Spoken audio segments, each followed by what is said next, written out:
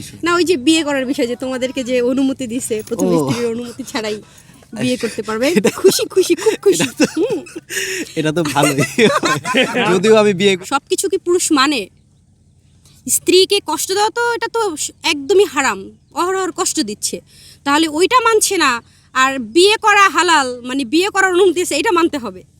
আমি পুরুষদের উদ্দেশ্যে বলবো, হ্যাঁ, আপনার যদি অ্যাবিলিটি থাকে দুজন স্ত্রীকে সন্তুষ্ট রাখার, মানে মানসিকভাবে আর কি, কারণ নারী তো আর টাকা পয়সার জন্য বা ভাত কাপড়ের জন্যই থাকে না, মানসিক একটা প্রশান্তির প্রয়োজন আছে, সে যে স্ত্রীর অনুমতি ছাড়াই বিয়ে করা যাবে। এটা কি নতুন কিছু?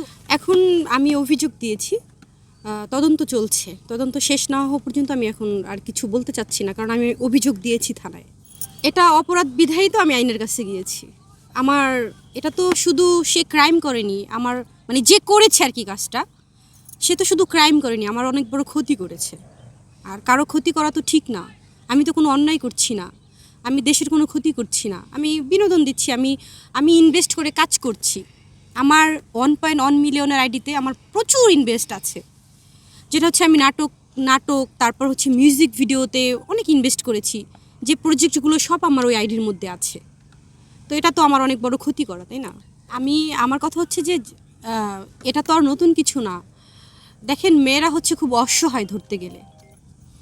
এর আগেও কিন্তু, এখন তো অনুমতি দিয়েছে সরকার বা আইন আগেও তো অনুমতি ছাড়া অহরহ বিয়ে করছে, তাই না? তো সেই ক্ষেত্রে নারীর কিছু করার থাকে না, যেহেতু এখন অনুমতি দিয়েই দিচ্ছে আইনগতভাবে, সেই ক্ষেত্রে নারীর আর কি করার আছে তার? তো সেইটা যদি সে মেনটেন করতে পারে, সে 2টা বিয়ে করতে পারে, কিন্তু আমি বলবো যে না করাই ভালো, কারণ এতে অশান্তি বেশি হয়। করেছে বিধায় তো প্রথম স্ত্রী চলে গেছে, তাই না? তার অনুমতি নিয়ে যদি বিয়ে করতো তাহলে তো সে থাকতো, সে তো নেই, সেও তো চলে গেছে। করে গুনে পরে বলতে হবে কিন্তু আমি আপাতত সিঙ্গেল আছি, আমি বিয়ে করি নাই। বিয়ে করার পরে বউকে বলবো, যদি সে রাগ না হয় তাহলে বিয়ে করব, সমস্যা কি? সবাই তো করে, তাহলে আমি করলে সমস্যা কোথায়? যদি সে অভিমান চেপে রেখে অনুমতি দিয়েই দেয়, তারপরেও বিয়ে করবা? না, অভিমানটা আমি বুঝবো। যদি অভিমান থাকে তাহলে বিয়ে করব, লুকে আরেক জায়গায় রাখবো, প্রকাশ করবো না। সি আল্লাহ, এটা কোনো কথা? অশান্তি অশান্তি। সিঙ্গেল লাইফটা একরকম, ম্যারিড লাইফটা আরেক রকম।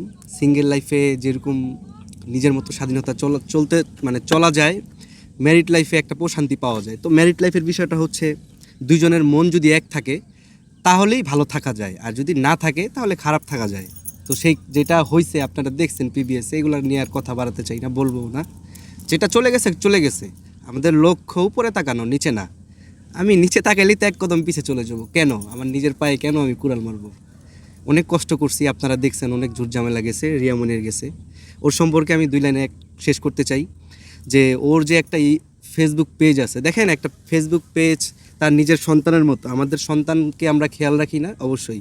পেজে আমরা কন্টিনিউ ঢুকি, পোস্ট আপলোড করি, এখান থেকে একটা ইনকাম সোর্স আছে, এখানে আমার ফ্যামিলি চলে, নিজেরা চলি। তো 1 মিলিয়নের একটা আইডিতে প্রতি মান্থলি না হলেও 50 থেকে 60-70 হাজার টাকা নর্মালি আসে। আর যদি আপনি বেশি ধরতে যান 2-3 লাখ টাকা আসে। এভারেজে যদি 1 বছরে হিসাব করতে যান তাহলে 20-22 লাখ টাকা আসে। এবার এইটা যদি 5 বছর হিসাব করেন অনেক, তাহলে এই যে ক্ষতিটা হলো, এই ক্ষতি কে দিবে? 1 কোটি টাকার উপরে এভারেজে উনি ক্ষতি করছে। হ্যাঁ, এর আগেও আপনারা দেখছেন আমাকে উনি স্ট্রাইক দিছে, তারপর হচ্ছে আমার ফেসবুক পেজটা নষ্ট করে দিছে। এইটা আমি মামলা করছি, মামলা করিনি, জিটি করছি। জিটিতে তদন্তে রিপোর্ট আমার পক্ষে আসছে, এটা আপনারা খুব শীঘ্রই পাবেন, পুলিশ দেখবে। তো এই হচ্ছে বিষয়। আমাদের দেশে আইন আছে, আমি আইনের বাইরে কোনো কিছু করব না। আমার আইনকে আমি শ্রদ্ধা জানাই, ওনারা যেটা ভালো হয় সেটাই করবে, কারণ এটা বাংলাদেশ। আইন যেহেতু করছে আমাদের জন্য, তাহলে আমরা অবশ্যই সুবিচার পাবো। আজকে ওনারেরই নষ্ট হয়েছে, কালকে আরেকজনের হতে পারে। কেন এই সমস্ত কুখ্যাত লোকগুলো বাংলাদেশে কেন থাকবে? শুধু বাংলাদেশে কেন, এরকম যারা জঘন্য কাজ করে, আমার মনে হয় তাদেরকে এই দেশেই থাকতে দেওয়া উচিত না। আমরা ভালো কাজ ছাড়া কখনো আমাদের মধ্যে নষ্টামি পাবেন না। হ্যাঁ, আমাদের বিষয়ে একটা জিনিস সবাই গুঞ্জন ছড়াই দিছে, রিয়াউনি গুঞ্জন ছড়াই দিছে যে আমরা অনেক নেগেটিভ। হ্যাঁ, নেগেটিভটা আসলে অ্যাকচুয়ালি বানানো হয়েছে।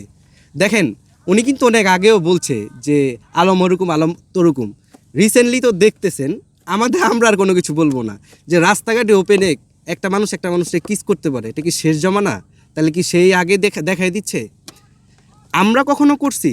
আমাদের সুন্দরভাবে আমরা আসি, অ্যারেঞ্জ করি, ভিডিও করি, শ্যুট করে বাসায় চলে যাই, আমরা আমাদের মতো থাকি। আমরা তো কারো পিছে লেগে নেই। আমাদের পিছে কেন লেগে থাকবে আর মানুষরা?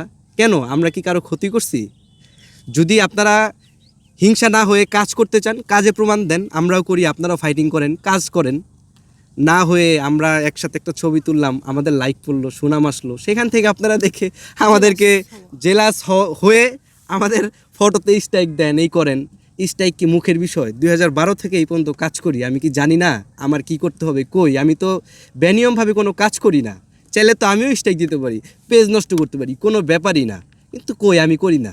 আমি যদি করি আপনারা যান অভিযোগ দেন। নো, আমার কথা হচ্ছে যে আল্লাহ পাক আছেন, আমরা যেহেতু মুসলিম, উনি অবশ্যই এটা দেখতেছেন। হয়তো এখন না হইলেও পরে বিচার পাবেন। উপর আল্লাহর কাছে অনেক কিছু দিয়ে রাখি, অনেকেই আমাদের অনেক জিনিস নিছে। তো যাই হোক, এই হচ্ছে বিষয়।